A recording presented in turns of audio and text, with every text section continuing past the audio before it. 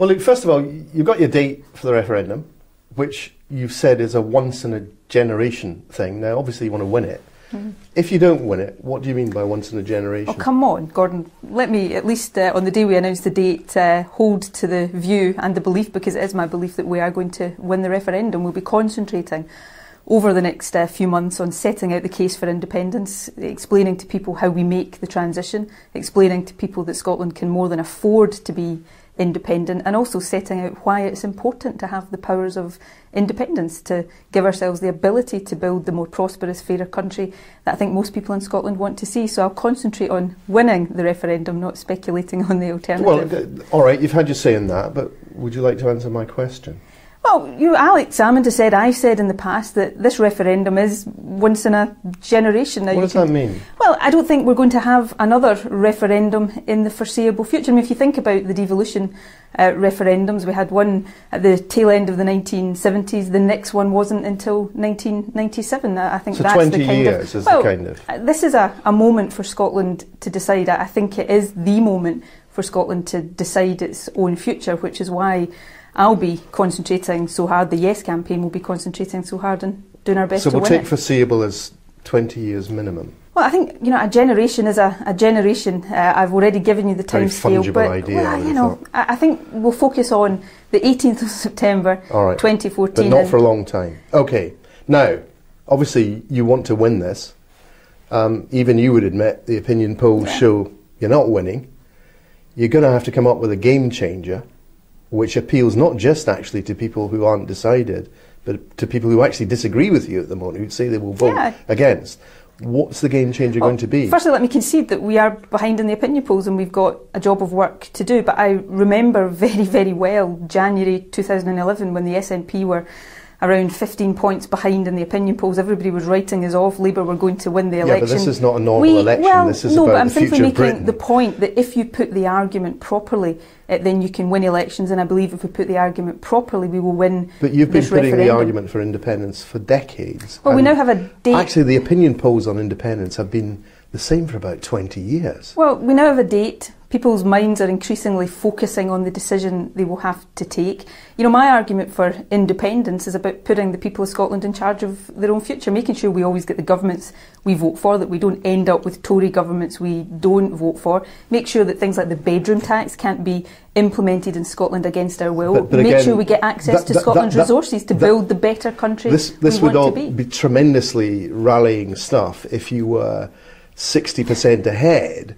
When yours is a minority taste, most people would just say, what's she talking about? You can vote Labour if you want to. You can vote for a majority Liberal Democrat government. You can vote UKIP if you want. This idea that somehow or other you have to break up Britain just to stop if you don't like David Cameron is nonsense. Independence is the normal state of affairs for countries the world over. Being in charge of your own future, your own destiny, making sure that your governments are accountable, that you have access to your own resources, able to take the decisions that shape our future. That's the essence of independence. But to take on the economy, for example, I'm not aware of any SNP policies that would actually make the Scottish economy and independent Scotland any particularly different from the UK. I mean, cut corporation tax, is that it? Well, if we have fiscal policies, and remember, that policies on tax are set at elections. This is a referendum about giving Scotland power. But right now, we're responsible for something like 7% of all the revenue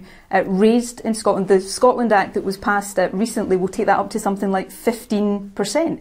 Surely it's right, democratic, accountable for the Scottish Parliament to be responsible, not just for spending money, but also for raising that, to have the fiscal powers that would allow us to incentivise growth companies, for example. Let me give you an example about air passenger duty, something that our airports say constrains growth, tourism and the economy. We have no power to change that right now. If we had fiscal powers, then that's one example, one very specific example of the kind of thing we could change to generate growth in our economy. If you don't have those powers, you don't have any of those options. Sorry, come on. Look, someone who, as the majority of people say they are in Scotland, is against independence, is really going to say, oh my gosh, if we had independence, we could have some more powers over Scottish airports. You can ridicule I will leave the United Kingdom to be part of another country because of some airport tax. You can ridicule all of the individual illustrative... I'm not ridiculing the point. I'm saying it's not a game changer. The point I'm making is that the essence of independence is putting the ability to make these decisions into our own hands. You keep going on about how you admire small independent countries in Northern Europe, right? Yet I don't know of a single SNP policy which is designed to make Scotland any more like any of these countries than it is already. I mean, for example, in Norway, they've got a nationalised oil company, they've got nationalised energy companies. Well, let me just make a... In every Nordic country, let me give you a very specific example. In every Nordic country, by law, workers have the right to representation on the boards of companies, and that's one reason these societies are thought to be more cohesive than we tend to associate Anglo-Saxon. Now, why not propose that? Well, we may do. And the point I'm about to make is the argument for independence is not just about SNP policies. If Scotland votes for independence on the 18th of September next year, then in the 2016 election, the first election to an independent parliament, it will be, entirely possible for the SNP, for Labour, the Tories, the Green Party to put forward a range of policies using the full powers that we have. If you take the position just Alistair Darling. You talk about vision. The UK right now is the fourth most unequal country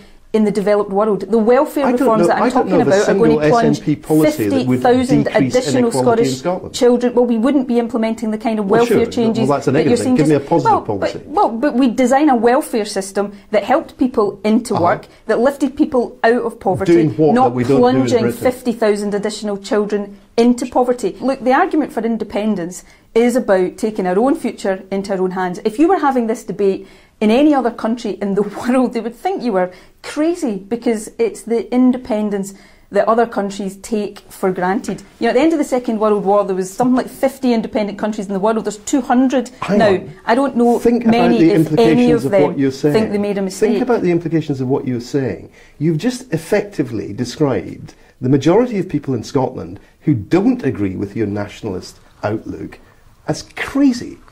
That's not a very good way to go about convincing. You can misinterpret what I said. I said if we were having this debate in, say, France or Germany or Norway, arguing about whether it was right or wrong to be independent, people would not understand, because they are already independent. They take their independence for granted. Now, we've got to make the case. I absolutely accept that. We've got to make that argument, make that case, and win that debate, and that's exactly what we intend to do over the months ahead. For example, coming back to the thing about equality, you could say, right, we'll have a Nordic-style high-tax economy. We'll impose taxes on the rich. You could, for example, you could say, we will increase taxation on North Sea oil to bring in more revenues. The first thing we've got to do, Gordon, is get access to our own resources, the resources we have. But it's entirely mysterious how this different Scotland under independence would be any different. £4.4 billion, relatively better off than the rest of the UK last year.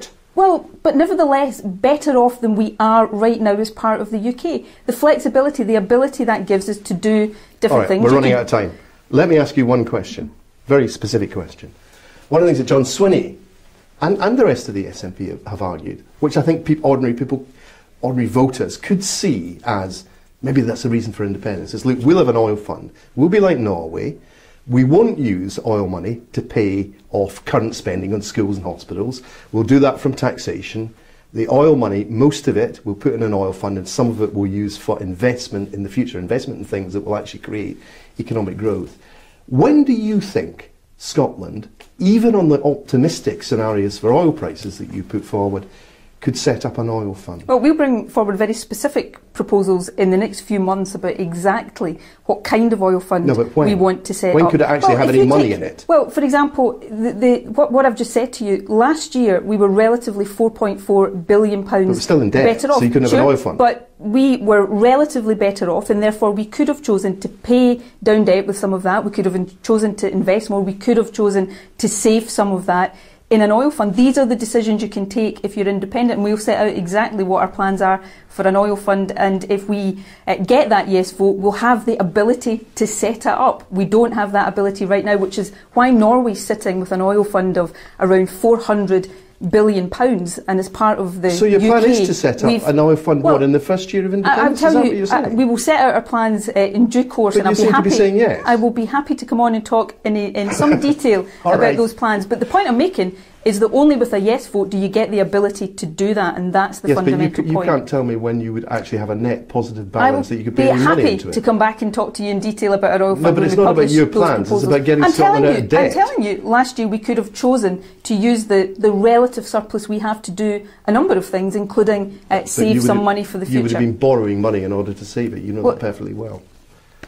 We'll have to these are the decisions. I'd be more than happy to discuss all of these issues as we head towards the referendum. All right, okay. Well, look, give you a chance is big a day for you. What do you feel this is historic today? I think it's a momentous day. I think it's an important day, but the really historic day will be the 18th of September next year, because that's the day we get to take our future into our own hands. All right. Thanks very much indeed.